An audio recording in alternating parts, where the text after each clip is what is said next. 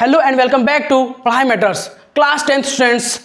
आज हम लोग करने वाले हैं साइंस का 75 डेज प्लान।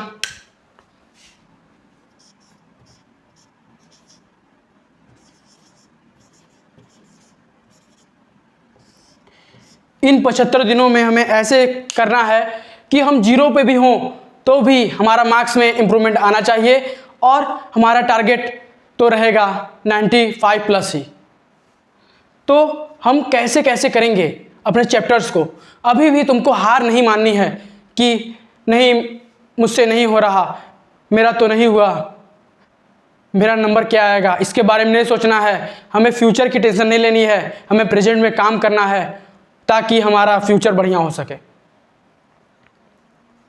अब आज साइंस हमने लिया है। इसके पहले हम सिलेबस पे जाएं, इससे पहले हम देखते हैं कि इसका पैटर्न क्या है। मतलब जो 80% मार्क्स हैं वो आपके थ्योरी में आएंगे। जो पेपर आप दोगे उसमें 80 मार्क्स आपको वहाँ से मिलेंगे। और बात करें जो 20 मार्क्स रह गया, क्योंकि 100 मार्क्स का टोटल होता है ना, तो वो आपको इंटरनल असेसमेंट में मिलेंगे। इसके लिए आप अपने टीचर्स के साथ बिहेवियर बनाए रखना, इसका भी बहुत ज़्यादा फर्क पड़ेगा। क्योंकि थोड़ा सा भी बिहेवियर आपका अच्छा नहीं है या फिर उनके नज़र में आप उतने अच्छे नहीं हो, एक नंबर भी कट जाएगा तो आपके परसेंटेज में बहुत दिक्कत आएगी। और अब आते हैं सिलेबस पे। सिलेबस में आप लोग जानते हैं कि साइंस में फिजिक्स, केमिस्ट्री और बायोलॉजी होते हैं। तो जो फिजिक्स में है, फिजिक्स में 5 चैप्टर्स हैं। कितने हैं? 5 चैप्टर्स हैं। और मैंने क्योंकि फिजिक्स में न्यूमेरिकल होता है अच्छा खासा, और ये भी नहीं कि न्यूमेरिकल अब तुमने पहले नहीं किया है तो तुम सोच रहे हो कि उसी पेज पे चलें। उस पेज पे नहीं चलना होगा, थोड़ा सा तेज चलना होगा। जहाँ तुमने 1 घंटा देना था वहाँ पे अब तुमको 2 घंटे देना है।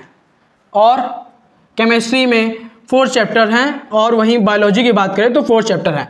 और कुछ चैप्टर से रिलेटेड है, मैंने लिखा भी है नीचे। मैं फिजिक्स में 25 डेज आपका दिया हूँ, 1 चैप्टर 5 डेज मैंने दिया है, क्योंकि मैं ऐसा नहीं चाहता कि जो पॉसिबल ही ना हो। मेरी जितनी भी प्लान्स होंगे या फिर स्ट्रेटजी होंगी पूरी की पूरी प्रैक्टिकल वे वाली होगी। और वहीं केमिस्ट्री की बात करें तो केमिस्ट्री 16 डेज मैंने 4 डेज दिए हैं, क्योंकि इन कंपैरिजन टू फिजिक्स जो केमिस्ट्री है वो थोड़ा सा शॉर्ट बना आता है। और बायोलॉजी की बात करें तो वो लॉन्ग, मतलब लिखना बहुत ज़्यादा रहता है इसके अंदर और लर्न बहुत ज़्यादा करना पड़ता है। और ये 4 चैप्टर्स हैं, मैंने इसके लिए भी 20 डेज दिए हैं, पर चैप्टर 5 डेज। और ये इतने ही इनफ हैं अगर आप अच्छे से कर रहे हो रोज़ तो। क्योंकि मैंने बोला है क्वालिटी वर्सेस क्वांटिटी, हमेशा क्वालिटी जीतेगी। अब चैप्टर्स कौन कौन से डिलीट हो गए हैं या फिर उसका पोर्शन क्या क्या डिलीट हुआ है। तो केमिस्ट्री में periodic classification of element complete deleted है, उसको छूना भी मत। और बात करें ह्यूमन आई, जो फिजिक्स का चैप्टर है, फिजिक्स का चैप्टर है लेकिन बायो से भी रिलेटेड है वो, तो उसके अंदर से ह्यूमन आई जो चैप्टर है उसके अंदर का एक पार्ट है, पूरा चैप्टर नहीं, एक पार्ट है colour of sunset and sunrise का जो क्वेश्चन आता है वो क्वेश्चन नहीं आएगा इससे रिलेटेड। और उसके बाद बायो की बात करें, बायो में जो हेरिडिटी एंड एवोल्यूशन चैप्टर है उसमें से हेरिडिटी तो आएगा, लेकिन जो एवोल्यूशन है पूरा एवोल्यूशन कंप्लीट डिलीटेड है। और फिर उसके बाद ये लाइट लिखा है, लाइट में से जितने भी जो डेरिवेशन कराए जाएंगे, जो आपके टीचर्स कराएंगे, वो एग्जाम में नहीं आएंगे डेराइव करने के लिए, लेकिन पूरा चैप्टर जरूर आएगा, बस डेरिवेशन रिलेटेड क्वेश्चंस नहीं आएंगे, वो भी लाइट से। उसके अलावा आएंगे। और बात करें सोर्स ऑफ एनर्जी, जो चैप्टर 16 है, सोर्स ऑफ एनर्जी आप तो नाम से याद रख लो, वो भी पूरा डिलीटेड है। और फिजिक्स में ही मैग्नेटिक इफेक्ट ऑफ करंट में जो EMI टॉपिक है वो डिलीटेड है, और इलेक्ट्रिक मोटर भी नहीं आ रहा है और इलेक्ट्रिक जनरेटर भी नहीं आएगा। और वहीं पे बात करें तो चैप्टर नंबर 16 है वो वाइवा में आएगा, ये ओनली इन वाइवा, ये मत समझ लेना कि वाइवा में नहीं आएगा, ये आएगा वाइवा में, लेकिन आपके फाइनल एग्जाम में नहीं आएगा। तो पढ़ना तो आपको है, लेकिन इतना जानिए कि एग्जाम में नहीं आएगा चैप्टर नंबर 16। और वहीं पे बात करें कि अब करना कैसे है। हमने चैप्टर्स भी देख लिए कितने हैं, और हमने ये भी बात कर लिया कि क्या क्या रिड्यूस हुआ है, क्या क्या रिमूव हुआ है। अब हम बात करते हैं कि करें तो कैसे करें कि हमारा कॉन्फिडेंस भी बढ़े और साथ ही साथ हम मार्क्स को एकदम अच्छे से ऑब्टेन कर सकें। और पहले मैंने इसीलिए तीनों जो पार्ट हैं उनको अलग अलग पढ़ने के लिए मैंने बताया, क्योंकि सभी सब्जेक्ट का नेचर अलग अलग है।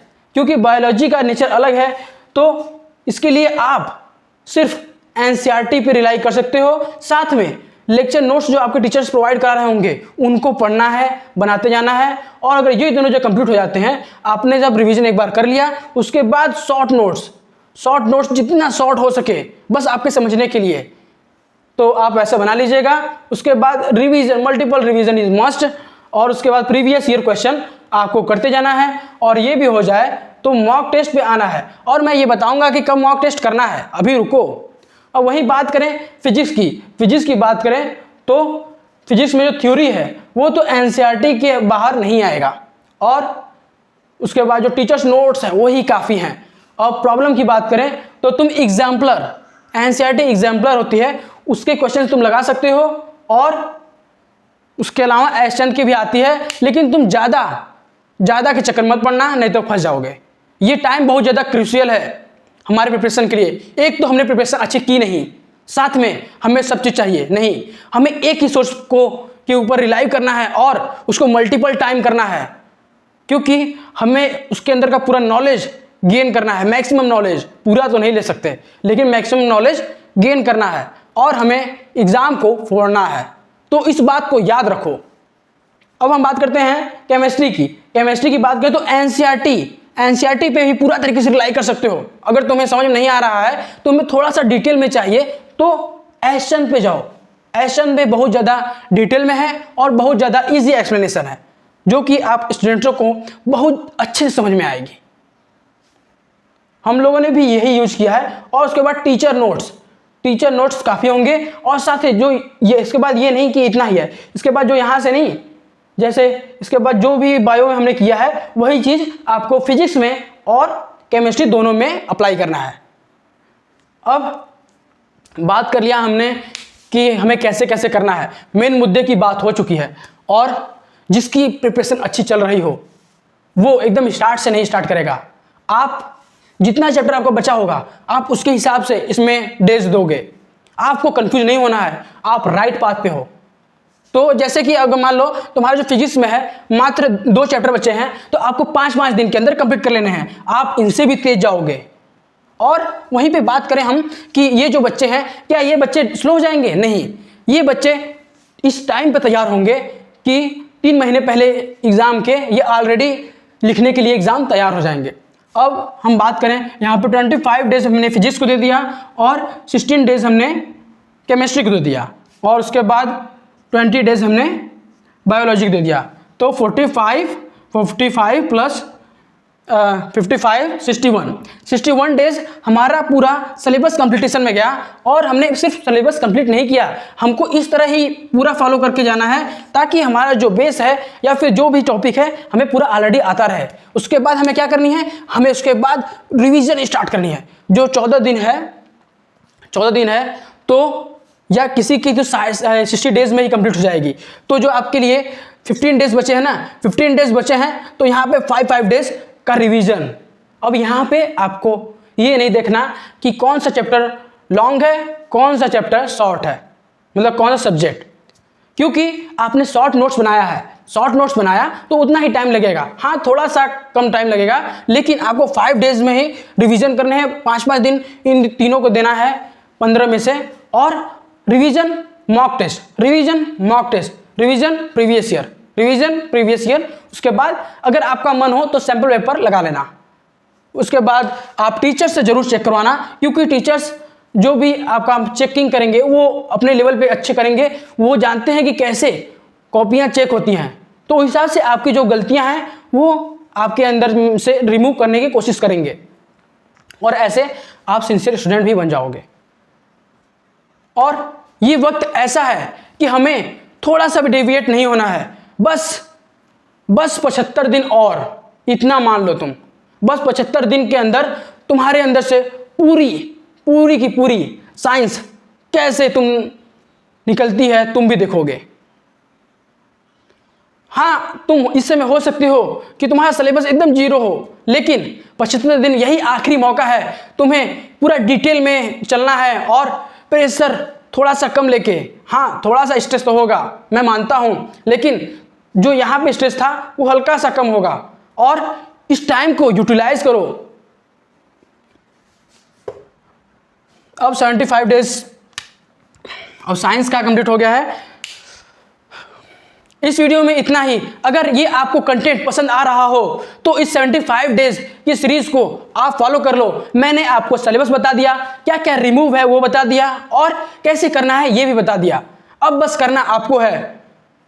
अब आप इसको फॉलो करते हो तो आप 75 डेज के बाद मुझे जरूर बताना कि हाँ मैंने कंप्लीट कर लिया। और अगर आप ये वीडियो आज देख रहे हो तो जरूर कमेंट करके बताना कि yes sir, I gonna complete whole syllabus in 75 days. I promise with you. ये स्टेटमेंट आना चाहिए, या फिर भैया। तो इस वीडियो में इतना ही। अब मिलते हैं अगले वीडियो में। तब तक के लिए खुश रहिए और लाइफ में मस्त रहिए, पढ़ते रहिए। Thanks for watching.